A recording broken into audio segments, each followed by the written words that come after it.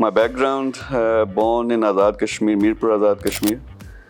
तो अल्टीमेटली मैंने डिसाइड किया कि काम करना, $10 मिलियन उठा के एक टाइम पे पाकिस्तान चला गया, वहाँ बहुत सारे बिजनेसेस में इन्वेस्ट किया। But I have no words to thank you sir. Mir Sahab, आपकी कहानी जो है, उस कहानी में हमें अपनी कहानी की झलक नजर आती है।